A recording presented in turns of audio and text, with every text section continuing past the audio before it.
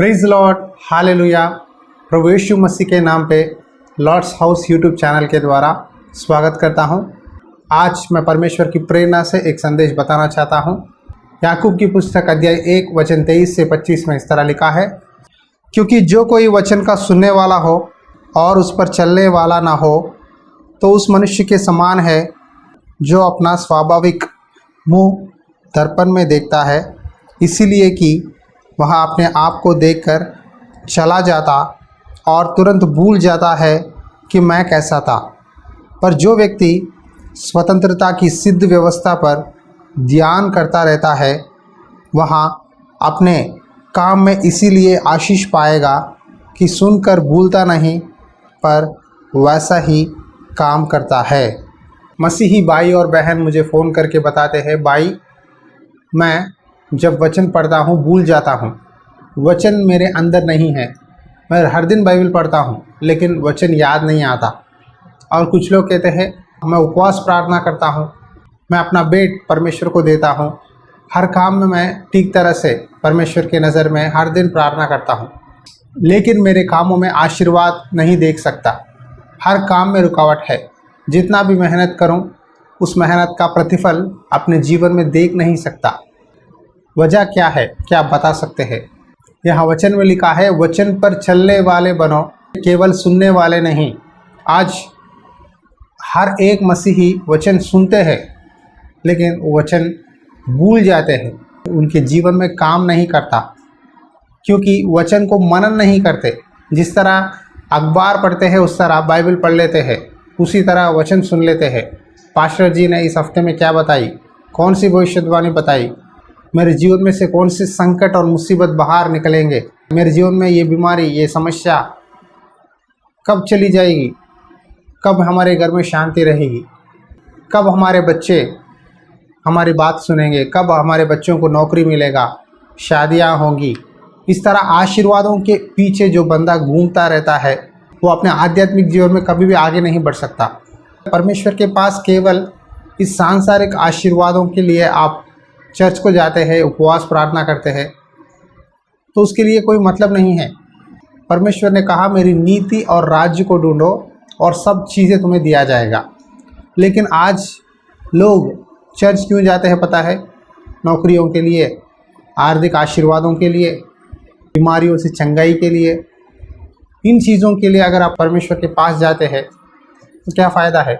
सांसारिक चीज़ें तो परमेश्वर देगा, लेकिन परमेश्वर चाहता है उससे बड़ा तोहफा परमेश्वर के पास है कि हम अनंत जीवन पाए, हमें स्वर्ग जाना है, नरक से बचना है, अपना मसीही जीवन को पवित्र बनाए रखना है। आज कई मसीही लोग ऐसा ही कर रहे हैं।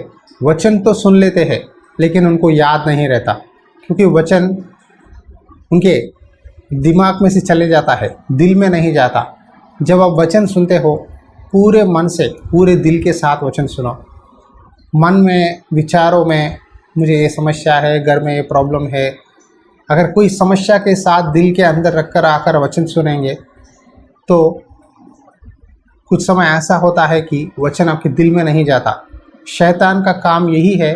शैतान हर समय आपको परमेश्वर के वचन पर मन लगाने से रोकते रहता है।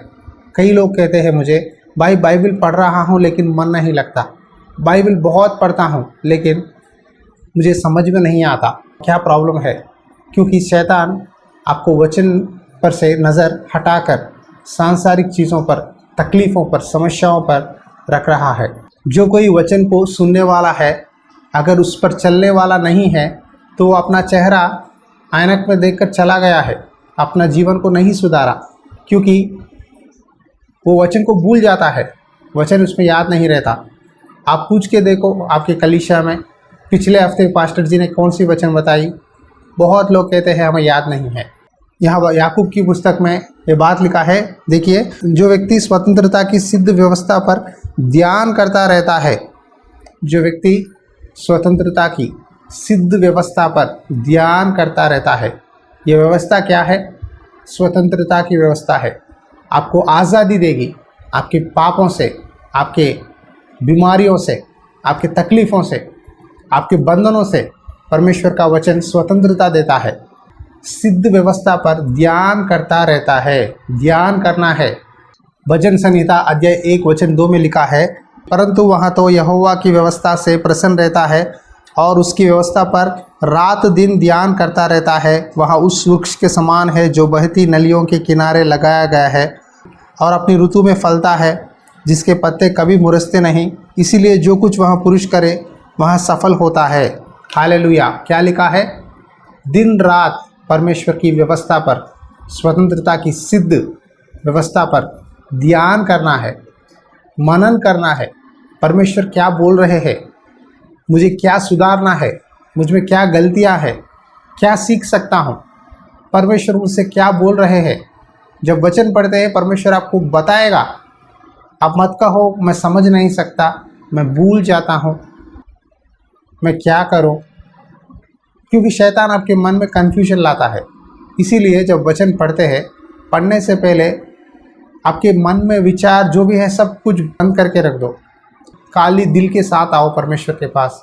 पहले स्तुति करो, गीत गाओ, प्रार्थना करो। अपने गलतियों को परमेश्वर के सामने स्वीकार करो। बोलो, परमेश्वर मुझ में ये गलतियां हैं, मैंने ये पाप किया है, मुझे माफ़ कर, मुझे नया दिल दे, मुझे नया हृदय दे। मुझसे आज बातें कर तेरे वचन के द्वारा। तू जो भी कहेगा मैं सुनने के लिए तैयार हूँ पिता, मुझसे बात करो। इस तरह छोटी प्रार्थना करके वचन पढ़ो और वचन का ध्यान करो। वचन जो बंदा ध्यान करता है परमेश्वर उसके कामों में आशीष देता है। यहाँ भजन संहिता में लिखा है, वो एक वृक्ष के समान है जो बहती नलियों के किनारे लगाया गया है और उसकी ऋतु में वो फलता है, उसके पत्ते कभी मुरझते नहीं। जो भी काम करता है उसमें आशीष पाएगा। आज क्यों आप इतना मेहनत करते हैं लेकिन आपके कामों में आशीर्वाद नहीं है? क्योंकि आप परमेश्वर की व्यवस्था पर ध्यान नहीं करते। परमेश्वर के हर एक वचन जो भी आपको वादा दिया है उस वादा आप याद रखेंगे। देखो, परमेश्वर ने मेरे जीवन में ये वादा दिया था इस साल में, वादा पर मैं पकड़कर प्रार्थना करूँगा, मैं परमेश्वर की इंतज़ार करूँगा। परमेश्वर मुझे आशीर्वाद देने वाला है। इस तरह विश्वास से परमेश्वर की राह देखेंगे। आंखें बंद करिए, इस समय प्रार्थना करेंगे। अनुग्रहकारी दयालु परमेश्वर, इस समय प्रार्थना करता हूँ प्रभु। आज कई लोग कहते हैं मैं वचन भूल जाता हूँ, परमेश्वर क्यों मुझे आशीष नहीं देते। आज आपने इस वचन के द्वारा बताया है, वचन को सुनने वाले नहीं पर वचन पर चलने वाले बनो। प्रभु, तेरी स्वतंत्रता की सिद्ध व्यवस्था को ध्यान करने के लिए सहायता कर। जितने भी लोग ये वचन सुन रहे हैं, प्रार्थना में जुड़े हुए हैं, अपने जीवन में कोई नया काम करने के लिए कोशिश करते हैं, उनके कामों में सफलता दे पिता। प्रार्थना से वचन पढ़कर मनन करते हुए आगे बढ़ने के लिए सहायता कर। ये प्रार्थना विनती यीशु मसीहा नाम पे आपके सामने मांगते हैं पिता, आमेन। Praise the Lord. पिछले संदेशों में मैंने बताया है कि हम पंजाब में एक छोटी सी चर्च बना रहे हैं। देखो, चर्च बनाने के लिए आप जानते हैं कंस्ट्रक्शन मटेरियल की बहुत सारी ज़रूरतें हैं। जो भी हम संदेश डालते हैं, अगर आप रेगुलरली फॉलो करते हैं इस चैनल को, तो मैं आपसे विनती करता हूं कि परमेश्वर का चर्च बनाने में आप भी आपका बेट भेजिए। क्योंकि जब आप परमेश्वर की भवन बनाने में आपका बेट भेजते हैं, जो भी आपके जीवन में अब तक रुके हुए काम है, बिजनेस है, अगर आपकी करियर में प्रॉब्लम है, आपके घर में शांति नहीं है, जो भी समस्या है, विश्वास के साथ प्रार्थना करके आप अपना बीज बोइए इस सेवकाई में। परमेश्वर ज़रूर बहुत बड़ा प्रतिफल देता है। जो भी व्यक्ति परमेश्वर की सेवकाई में, खास करके चर्च बनाने में अपना बेट देता है, परमेश्वर उसे कभी नहीं भूलता।